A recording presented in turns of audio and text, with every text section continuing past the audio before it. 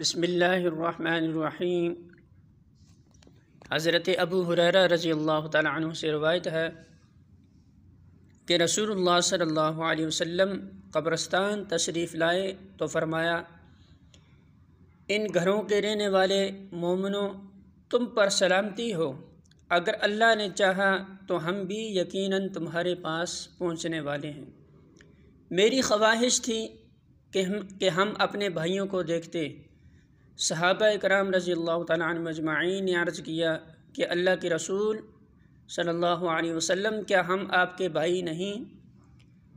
آپ صلی اللہ علیہ وسلم نے فرمایا، تم میرے ساتھی ہو اور ہمارے بھائی وہ ہیں جو ابھی نہیں آئے۔ صحابہ نے پھر عرض کیا، اللہ کے رسول صلی اللہ علیہ وسلم، آپ اپنی امت کے ان افراد کو کیسے پہچانیں گے جو ابھی نہیں آئے اور وہ بعد میں آئیں گے؟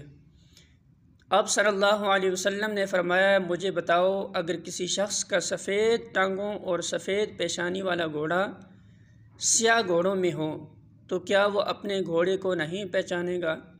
صحابہ کرام رضی اللہ تعالیٰ عنہ اجمعین نے عرض کیا، کیوں نہیں، اللہ کے رسول صلی اللہ علیہ وسلم ضرور پہچان لے گا۔ آپ صلی اللہ علیہ وسلم نے فرمایا، پس وہ آئیں گے تو وضو کی وجہ سے ان کے ہاتھ، پاؤں اور پیشانی چمکتی ہوگی، جبکہ میں حوض کوثر پر ان کا پیش رو ہوں گا۔